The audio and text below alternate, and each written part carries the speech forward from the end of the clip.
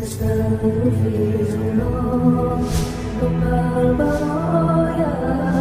Astaghfirullah, minal khataya.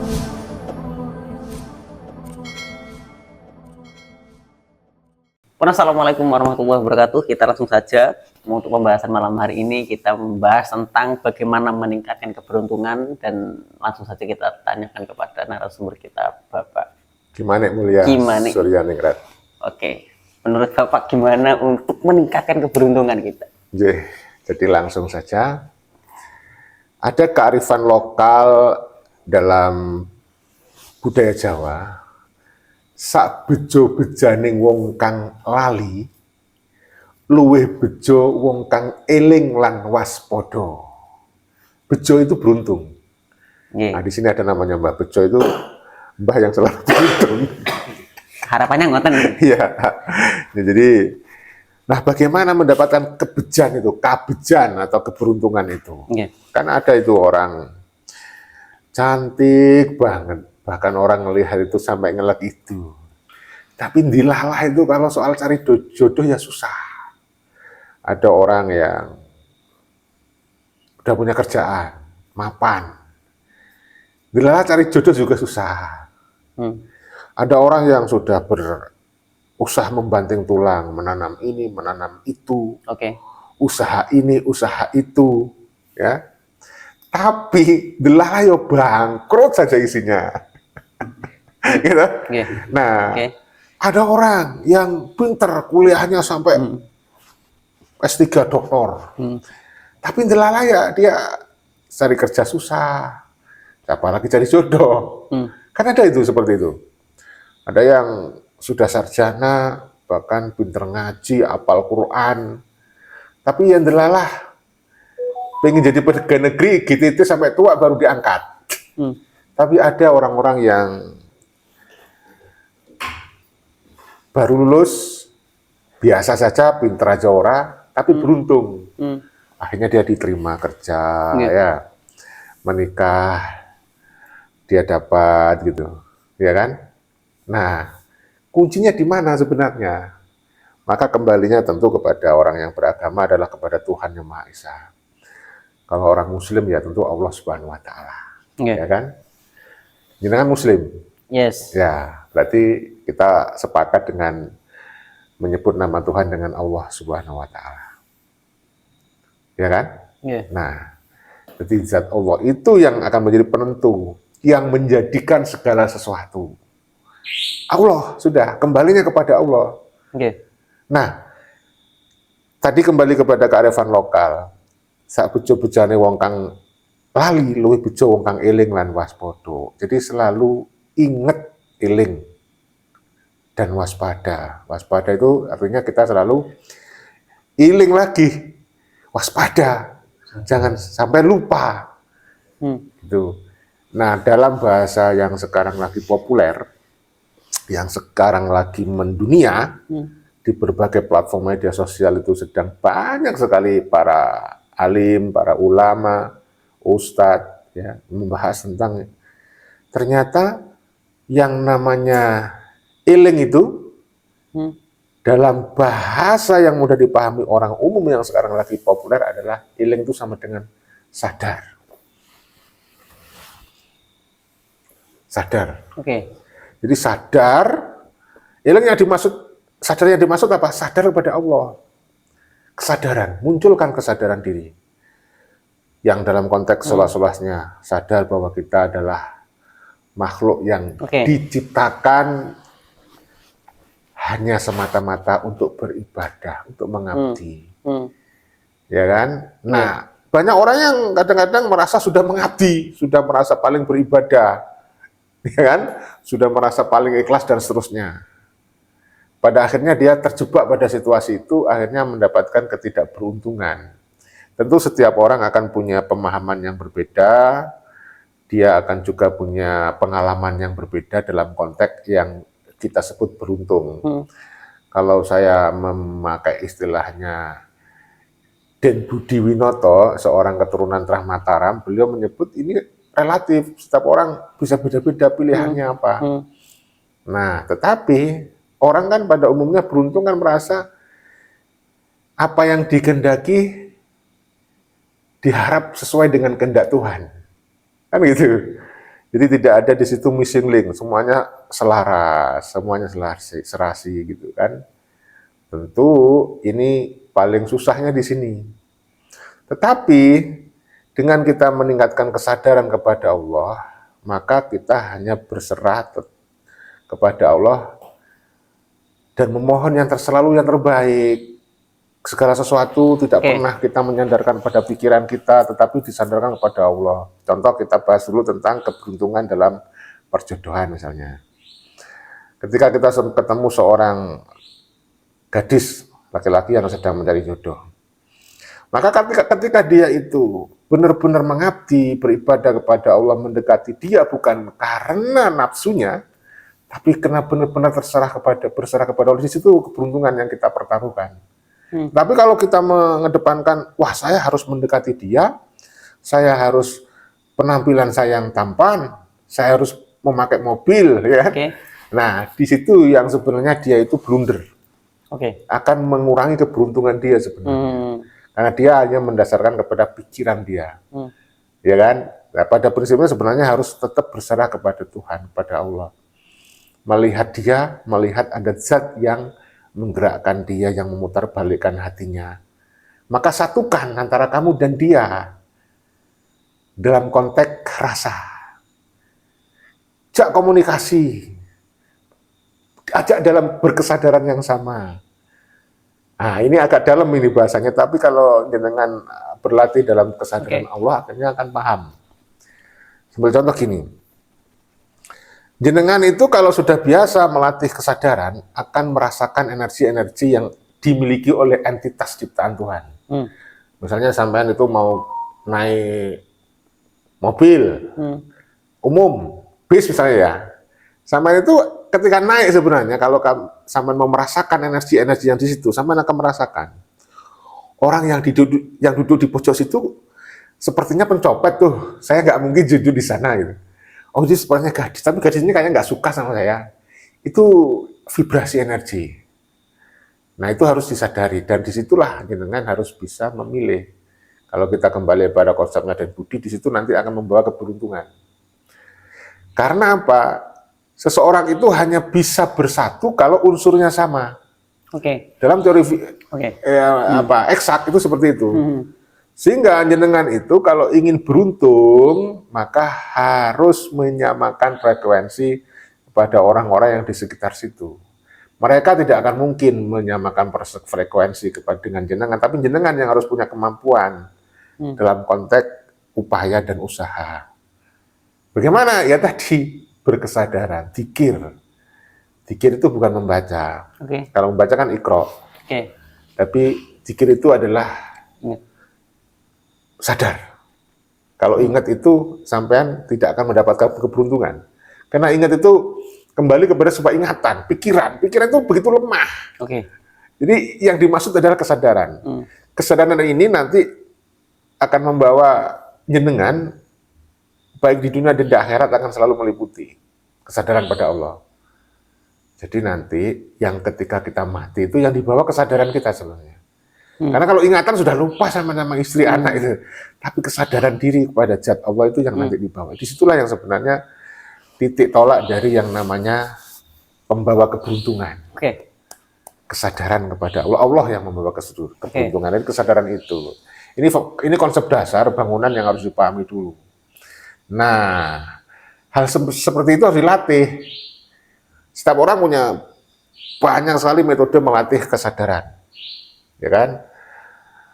Ada teman-teman yang mungkin pelaku-pelaku spiritual yang puasa gitu kan, berhari-hari. Ada yang dalail qoero misalnya, ya kan? Saya pernah tuh, tapi nggak usah. Kalau jenengan sudah nggak perlu lah. Cukup pakai metode-metode yang mudah. Dzikir Allah, dzikir sadar Allah gitu kan. Banyak itu ahli-ahli tarekat, ada kayak misalnya tarekat Mutabaro, ada puluhan jumlahnya itu ya. Yang sedang viral itu ada Nasabandi, Qadiriyah, Sajiliyah, macam-macam itu ya. Nah, Itu kan salah satu metode. Iya. Terserah saja, tetapi semua punya karakter dan ciri khas masing-masing. Oke. Kita nggak menyalahin semuanya itu adalah upaya. Silakan. Tapi salah satu metode dzikir yang membuat kita bisa berlatih kepada kesadaran, sadar pada Allah, ada namanya metode dzikir nafas. Dzikir nafas, ini juga ada sanad ilmunya. Oke. Berapa, Pak? Jadi dzikir nafas itu menggunakan media pernafasan kita untuk selalu sadar kepada Allah. Gitu. Nanti akan dijelaskan lebih jauh oleh Mbah Bejo tentang dzikir nafas. Kembali kepada keberuntungan. Iya. Nah, kalau sudah kita selalu sadar dan berserah kepada Allah, maka benar-benarlah kita berserah, minta dalam konteks bukan dalam tutur bahasa lisan, tetapi dalam bahasa sadar. Oke. Kalau kita sudah sadar, maka lama-lama yang kita orientasikan adalah mengenal Tuhan, mengenal Allah. Awaludin wa ma'rifatullah. Awaludin ma'rifatullah, gitu ya. Apa itu artinya? Berun. Awaludin ma'rifatullah. Oke. Apa itu artinya?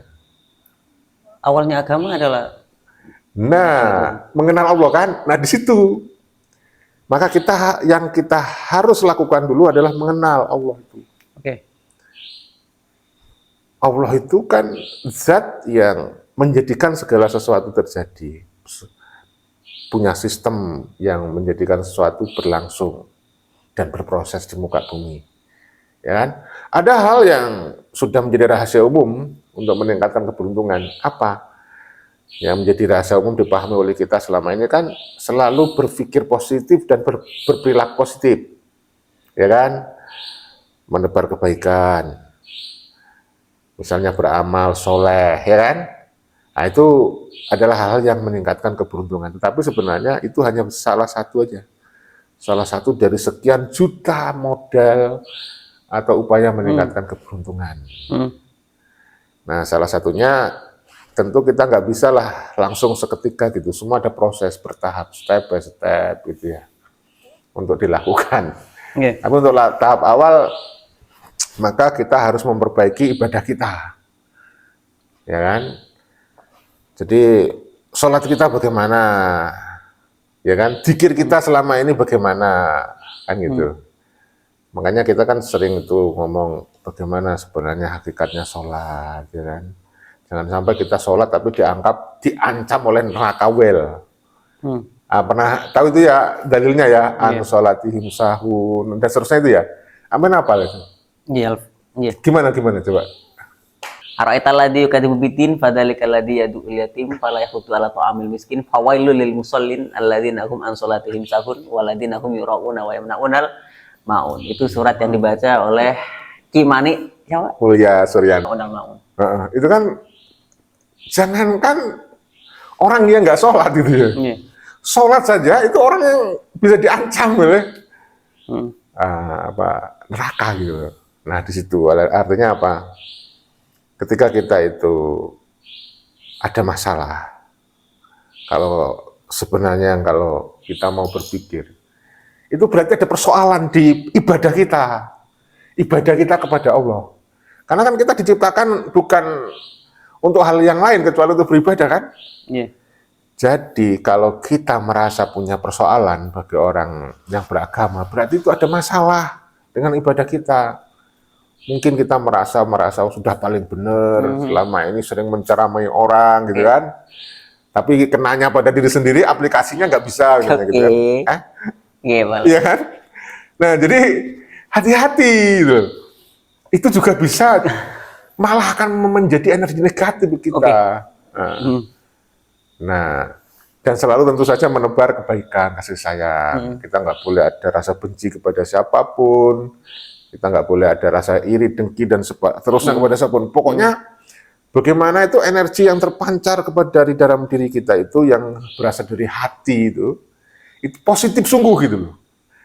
Jadi kalau misalnya ketemu dengan orang, sudah terbiasa nggak sampean sekarang ini? Setiap ketemu apapun itu mendoakan. Berdoa bukan untuk diri kita, tetapi untuk orang lain. Gitu. Nah, sudah terbiasa nggak? Itu harus dibiasakan. Itu adalah salah satu cara juga untuk meningkatkan keberuntungan. Jadi kita itu selalu merasa menyatu dengan siapapun, selalu merasa kenal dengan siapapun bahwa itu adalah sesama makhluk ciptaan yang nggak ada beda dengan kita, ya kan? Sehingga menjadi nggak ada sekat gitu loh. Benar-benar semua adalah sama ciptaan Tuhan. Sehingga kita merasa disayang oleh semua makhluk ciptaan Tuhan, gitu. Kenapa? Pada prinsipnya orang itu nggak ada yang menurut saya ada yang beruntung, nggak ada beruntung, itu nggak ada. Konsep itu sebenarnya hanya untuk menjelaskan kepada orang agar, oh ini loh ada fenomena orang yang seperti ini. Sebenarnya adalah ketidakharmonisan orang itu dengan energi-energi di lingkungan kita, di sekitar kita. Nah, merasa, oh mau gini gagal, ya kan? Mau gini gagal, ya kan? Karena kan sebenarnya hanya nggak bisa aja dia menyatukan ritme dengan lingkungan itu, ya kan?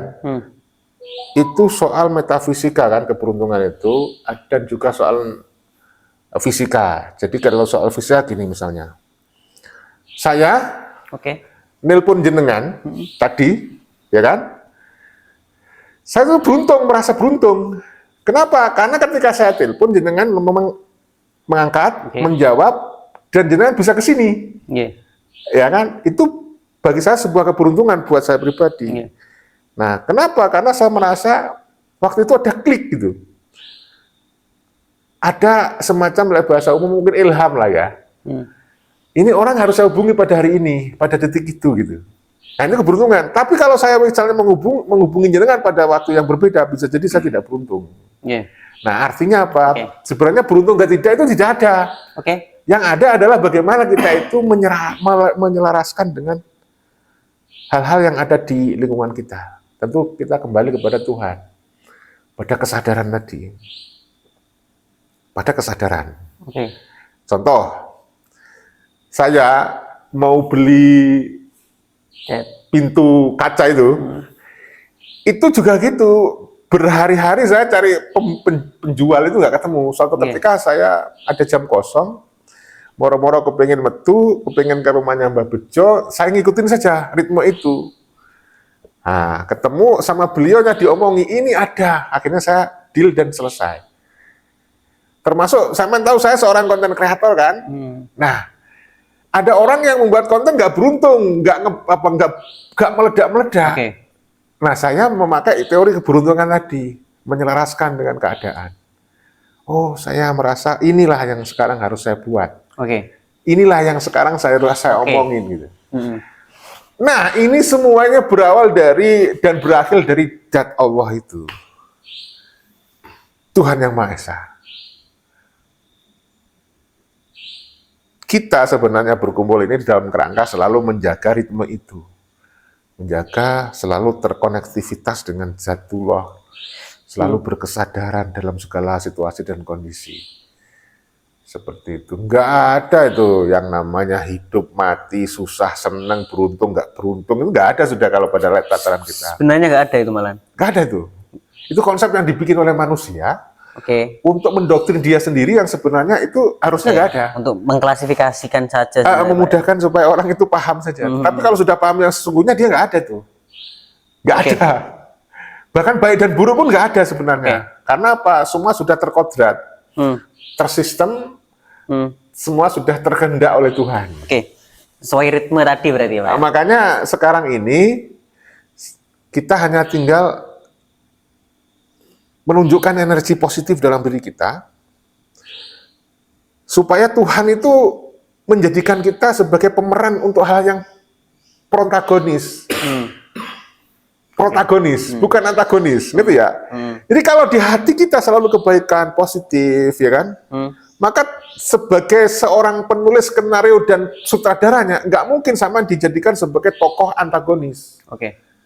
Tapi kalau sama dalam hati sudah ada banyak kebencian, iri, sengki, dan sebagainya, maka sampean tidak akan mungkin akan dijadikan sebagai tokoh di panggung dunia ini, panggung sandiwara ini, sebagai tokoh protagonis. Pasti Anda dimainkan di antagonis. Isinya ngerasani uang, tapi bukan untuk kebaikan. Karena ngerasani juga bisa untuk kebaikan. Ini enggak? Oke. Orang yang dalam pikirannya itu selalu berpikir untuk dapatin duit adalah dengan mencuri, maka dia akan dijadikan pencuri. Ya. Nah, ketika sampean itu diberikan sebuah pemikiran, oh saya harus mendapatkan istri ini, yang seperti ini, yang seperti ini sebenarnya Allah secara logis yang itu menunjukkan kepada kita. Diri kita ya seperti itu. Saya tidak jadi kepala sekolah, kenapa? Ya karena saya nggak pernah ingin gitu. Karena sesuai dengan saya sebenarnya, kalau dari sisi keilmuan, usia, pengalaman, sangat layak. Nah, artinya apa?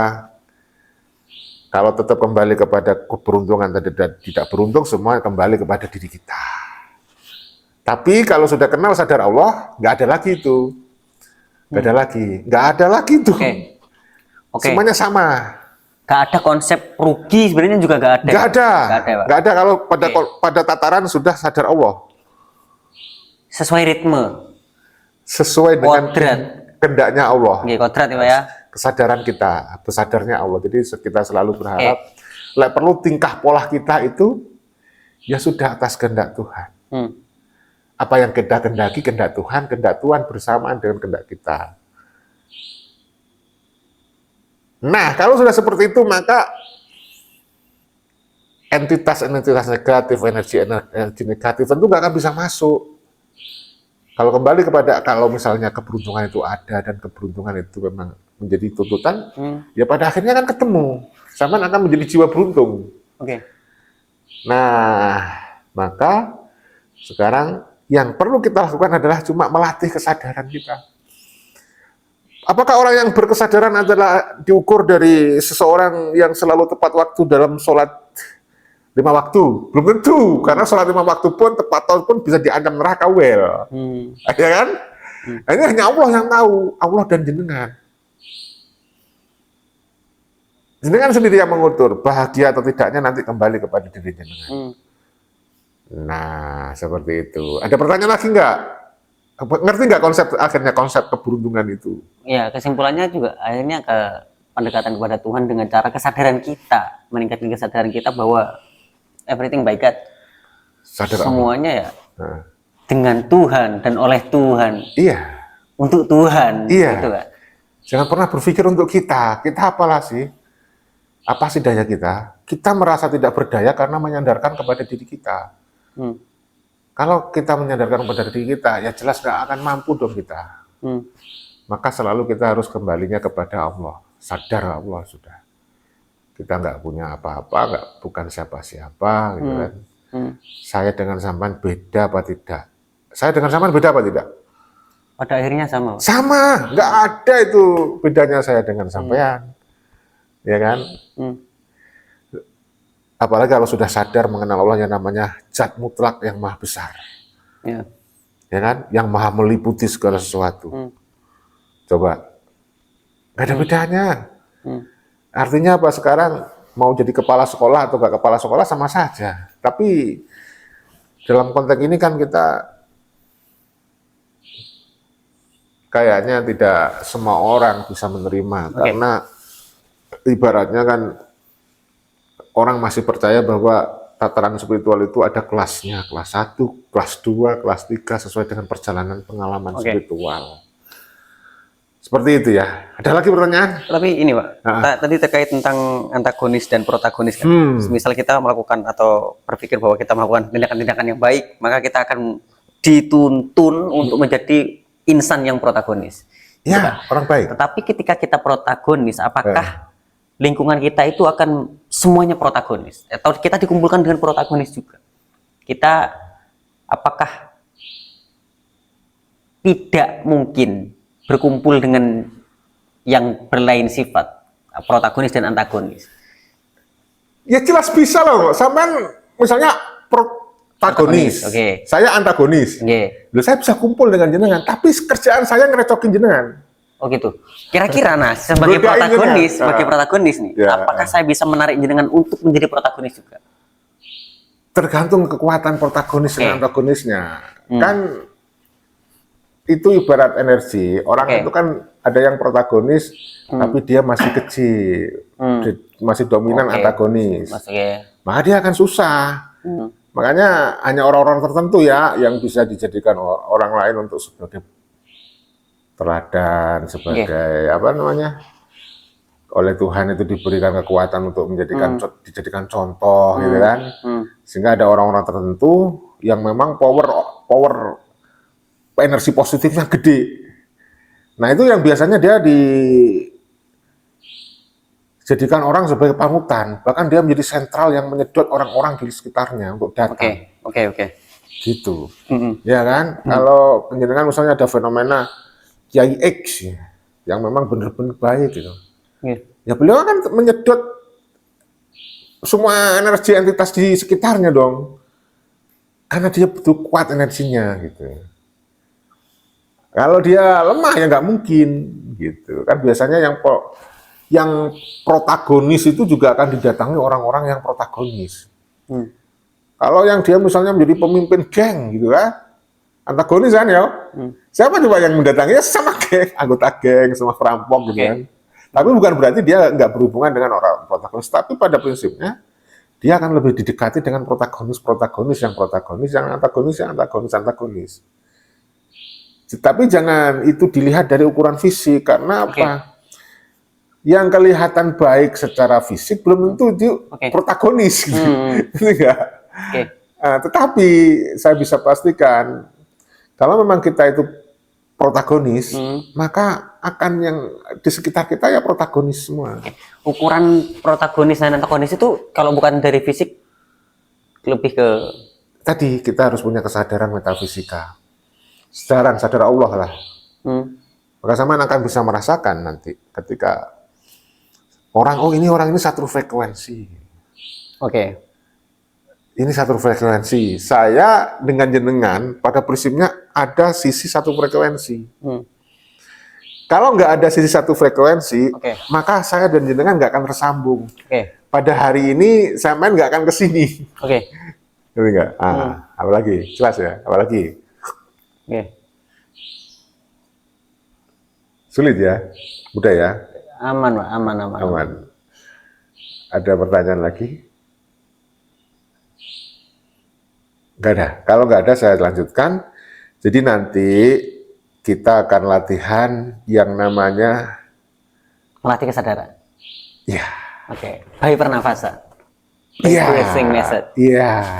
Jadi yang kita sebut dengan dzikir sadar Allah. Dzikir sadar Allah.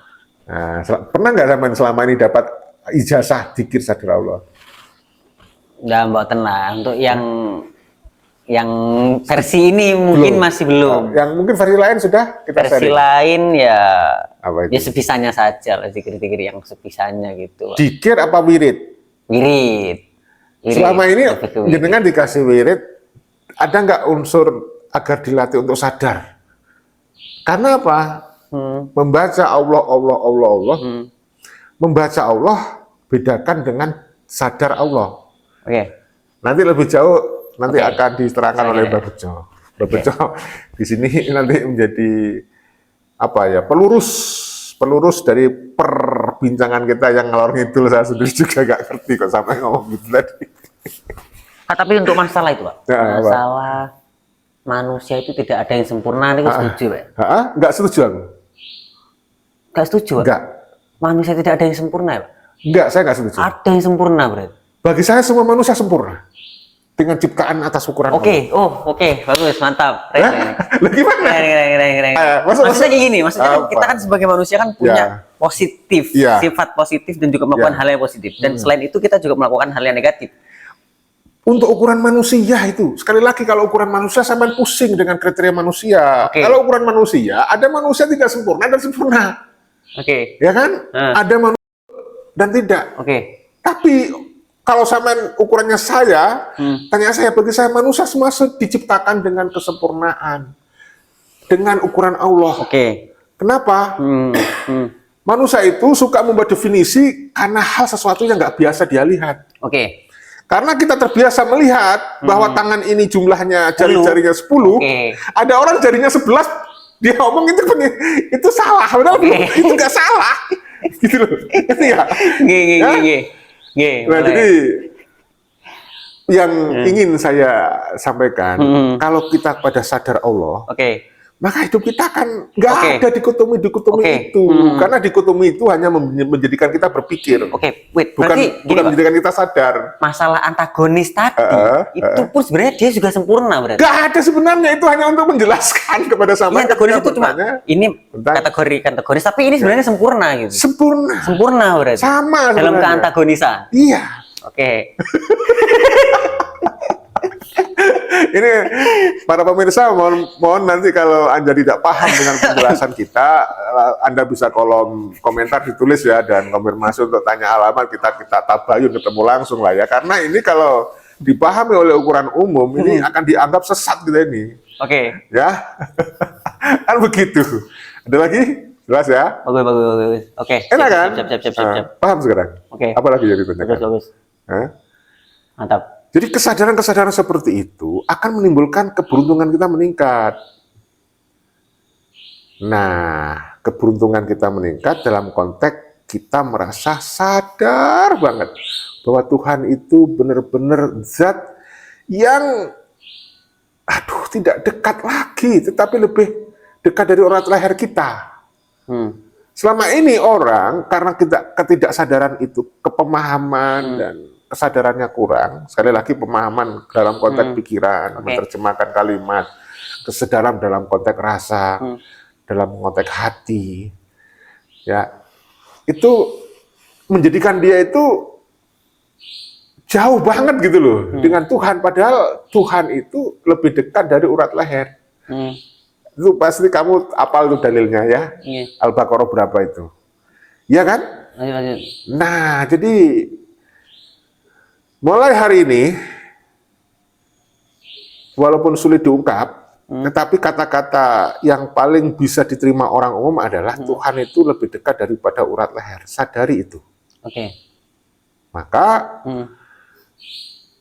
dengan demikian, jenengan insya Allah kalau sudah punya kesadaran seperti itu, ya mengenal Tuhan dalam konteks, dalam tanda petik ya, seluas-luasnya, sedalam-dalamnya, sebenar-benarnya, disitulah yang sebenarnya nanti jenengan merasa orang yang paling beruntung.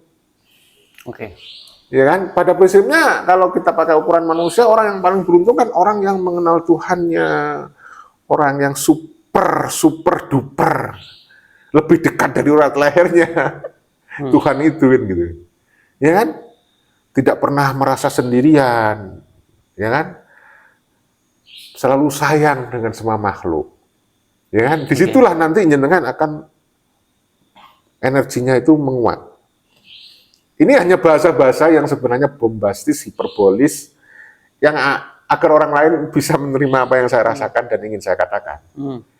Ini kalau jenengan misalnya nanti ingin mendapatkan seorang jodoh yang ada di hati jenengan, sekali lagi ingin mendapatkan seorang jodoh yang benar-benar representasi dari hati, pikiran, dan diri sampean, dan benar-benar merasa cocok lahir batin, itu sebenarnya sudah nggak perlu lagi diomongin. Nanti Tuhan akan mendekatkan sendiri. Oh, Pak Galuh, kamu punya energi yang seperti ini, punya karakteristik seperti ini, inilah orang yang cocok.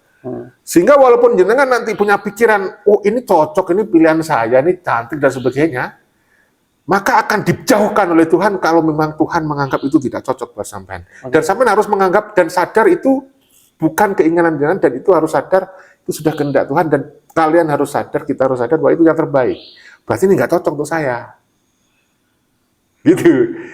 Seperti itu. Jadi jangan kemudian ukuran keberuntungan itu pada pikiran, tetapi harus sampean jadikan sebagai kesadaran. Oh, ini yang kayaknya. Nanti kalau sudah waktunya, sampean nggak usah susah-susah nyari itu. Dia akan datang dengan sendiri seolah-olah itu. Seperti dikasih ini loh. Jalan untuk menikah seolah-olah sudah tertata ini loh.